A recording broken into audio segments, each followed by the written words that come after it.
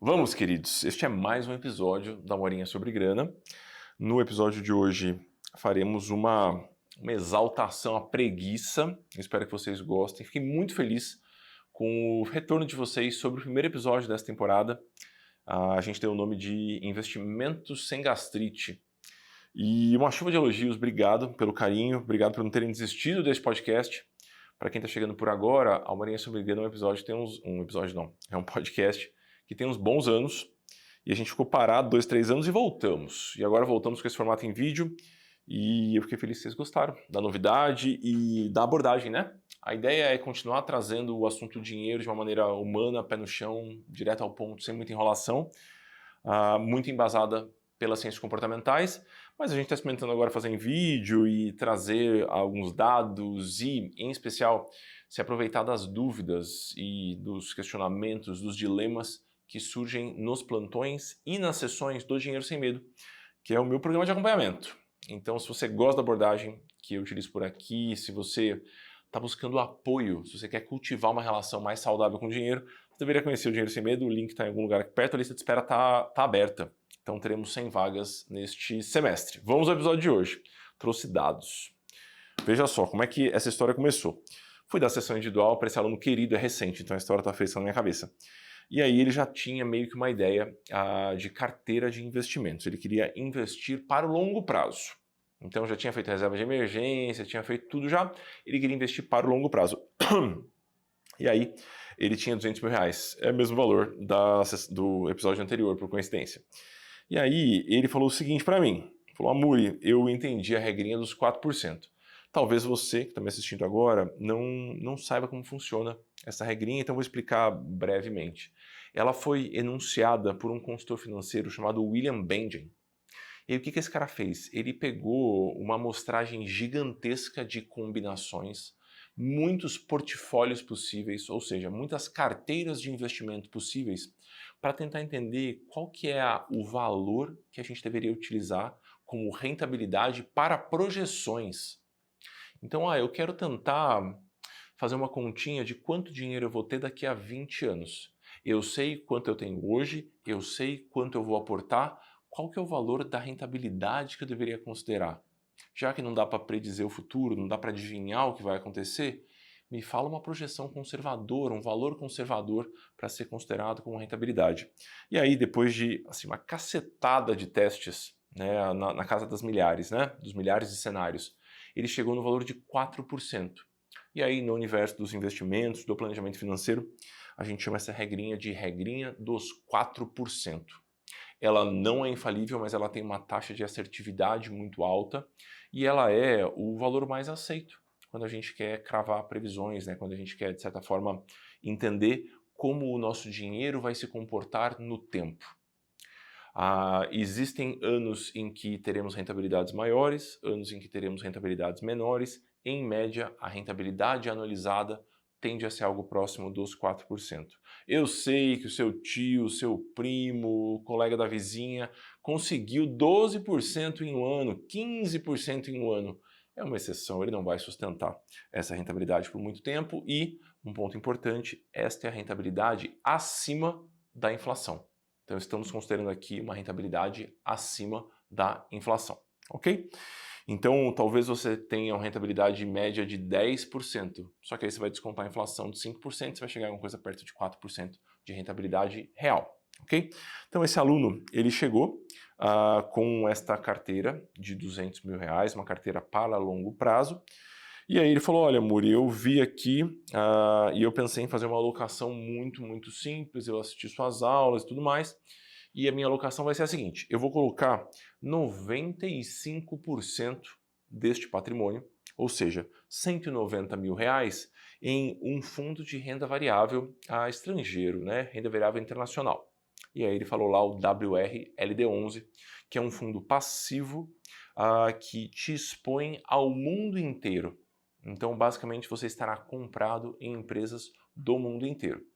E aí eu escutando o aluno contar um pouquinho o que ele tinha entendido do curso, como ele tinha enxergado essa história toda, e achei a compreensão dele muito razoável. Então ele tinha entendido como este ativo funcionava, ele entendeu o funcionamento dos ETFs, ele tinha entendido a história do imposto de renda, E a projeção, ele havia aceito que os 4% seria um valor razoável. Ok, seguimos. E eu fiquei curioso o que ele ia fazer com os 5%, né? Porque 95% é quase toda a carteira, né? Mas ele falou assim, não, aí eu vou pegar 5%. Eu falei, uou. E vou colocar em um fundo de maconha. Achei inusitado, mas eu deixei ele continuar falando, né? E ele falou, eu acho que a maconha vai bombar nos próximos tempos. Eu acho que assim, é um mercado muito promissor, porque o canabidiol isso, CBD, o óleo, eu não entendo nada dessas coisas.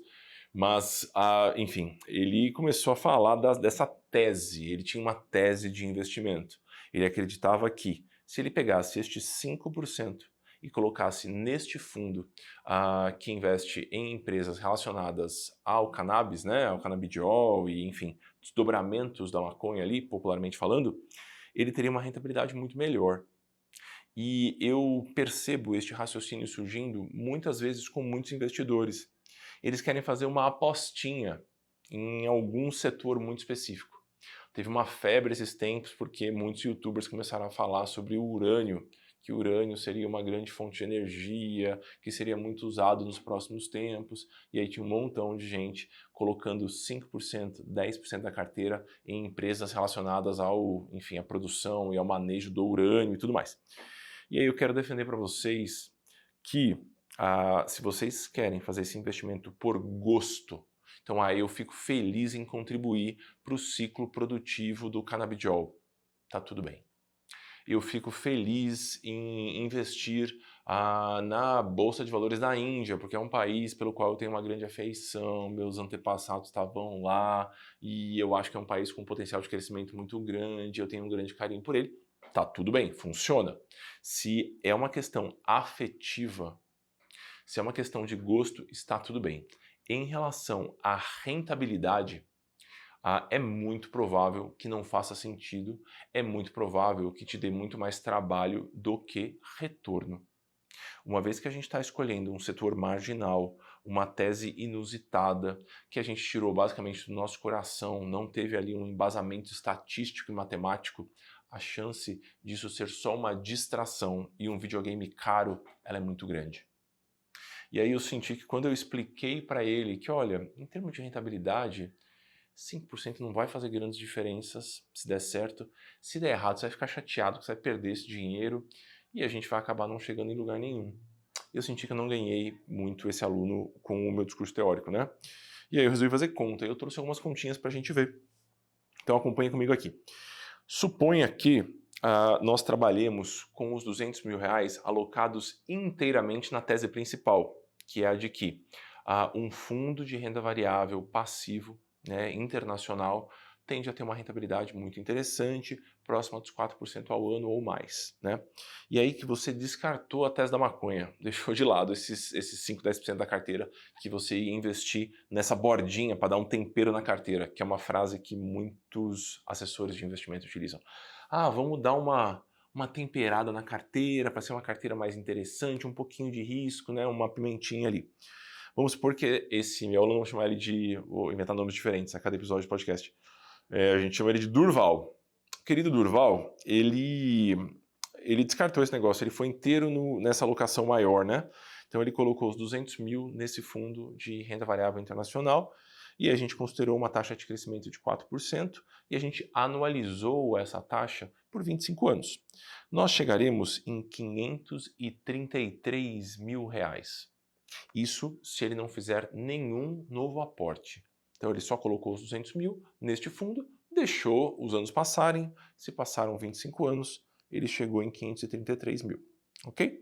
Então esse aqui seria o desdobramento provável, não existem garantias, mas é o desdobramento provável desta alocação de 200 mil reais. Ok, esse é o primeiro cenário, que é o cenário que me parece mais interessante do ponto de vista de estratégia, né? Mas eu não ganhei esse guerreiro assim. E aí eu precisei fazer com que... Deixa eu tirar meu mouse aqui da frente. Aqui.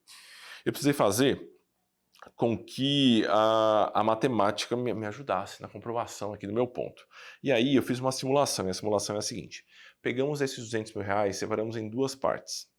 A primeira parte, 10 mil reais, ou seja, 5% dos 200 mil reais, a gente alocou na tese da maconha, né? Que é uma tese que ele fala, não, agora não vai funcionar, mas daqui a pouco a Muri vai voar, vai ser bom demais. E os 190 a gente manteve na tese principal, a gente manteve nessa alocação de renda variável internacional e a gente deixou correr os mesmos 25 anos. Na parte maior da carteira, neste fundo de renda variável internacional, WRLD11 aqui no caso, a gente supôs os 4%. E a gente deixou a coisa andar. Chegamos em 487 mil. Amuri, mas por que chegou num valor menor do que no cenário anterior? Porque agora, ao invés de ter 200 mil reais investidos, eu tenho só 190, né? Porque 10 mil eu deixei para o fundo da maconha. E aí, eu precisei fazer um exercício hipotético aqui, para que a gente consiga entender o que vai acontecer com estes 10 mil reais. E aí eu quis ser generoso com o aluno, né? Porque, enfim, ele estava animado, eu não queria tirar a animação dele ali.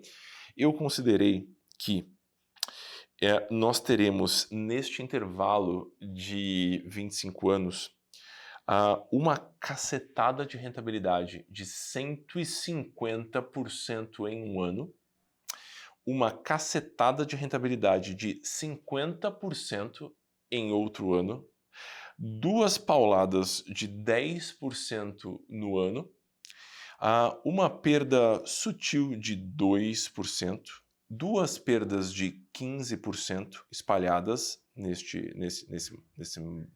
caminho aqui. Quase gaguejei, né? Perdão, gente, não vou editar, vai ter que ser assim mesmo. E que nos outros anos a carteira andou de lado, esse ativo andou de lado. Eu acredito que isso vai acontecer? Não. Eu acho que vai ser melhor ou pior? Muito pior.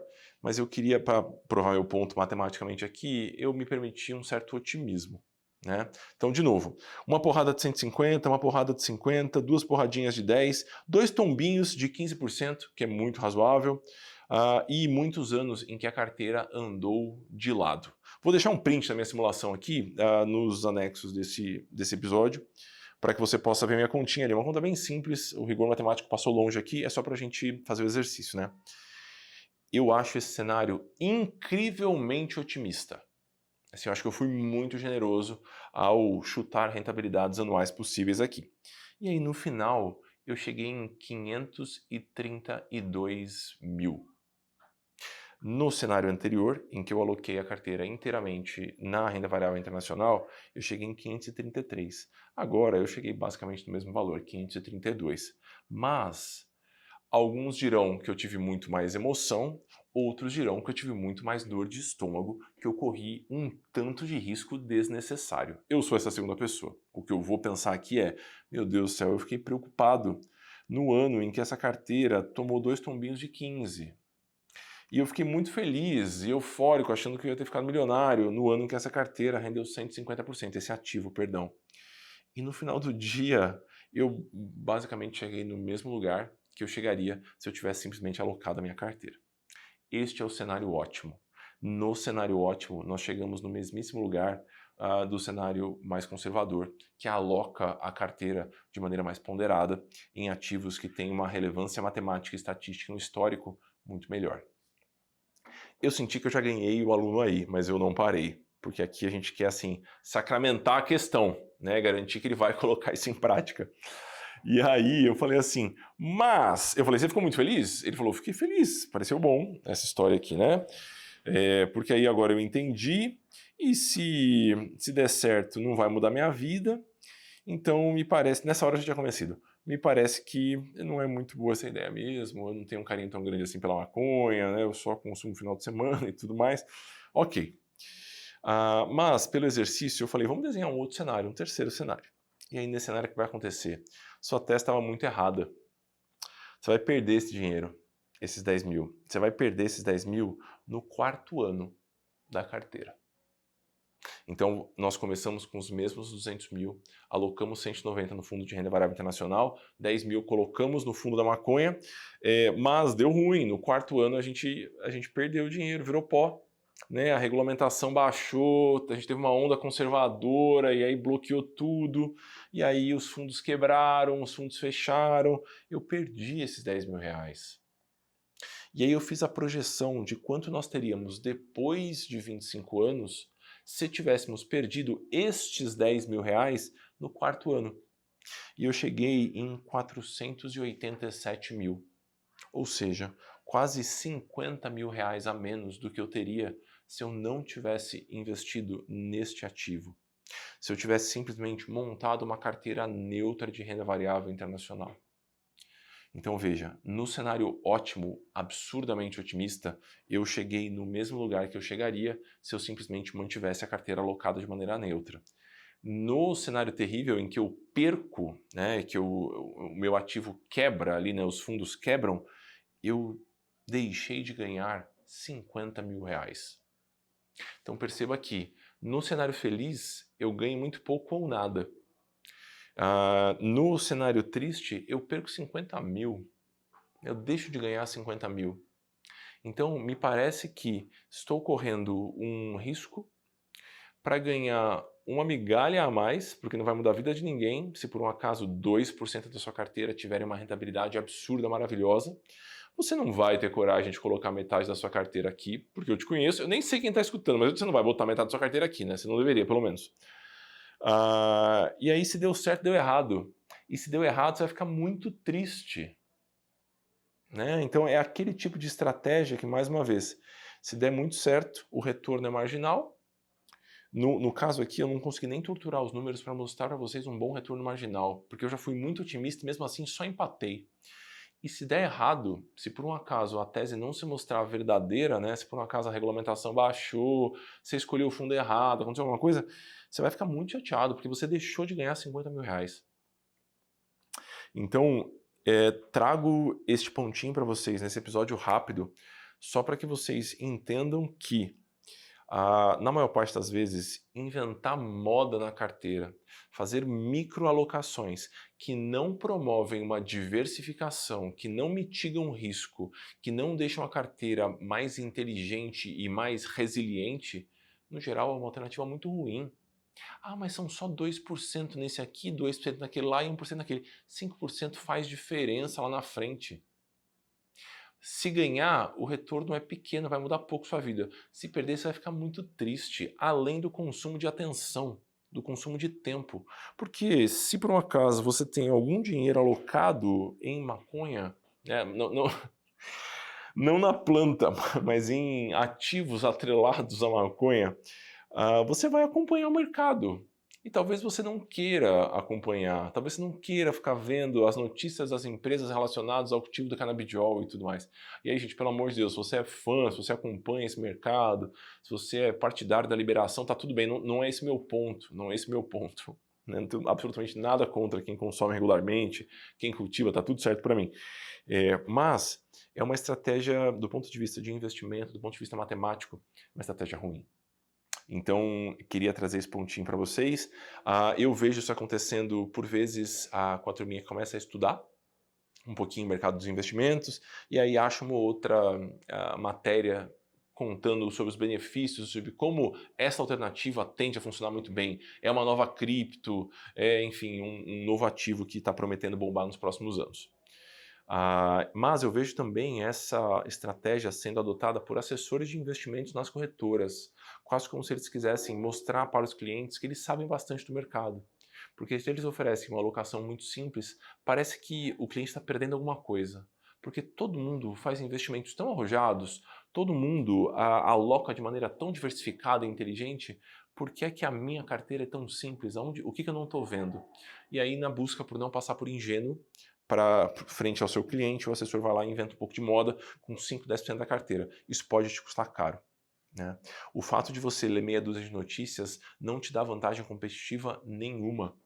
Quando essa notícia sai nos grandes veículos ou nos veículos especializados, o mercado já a precificou. Então, quando você vê ali, as siderúrgicas tendem a ter um bom desempenho em 2025.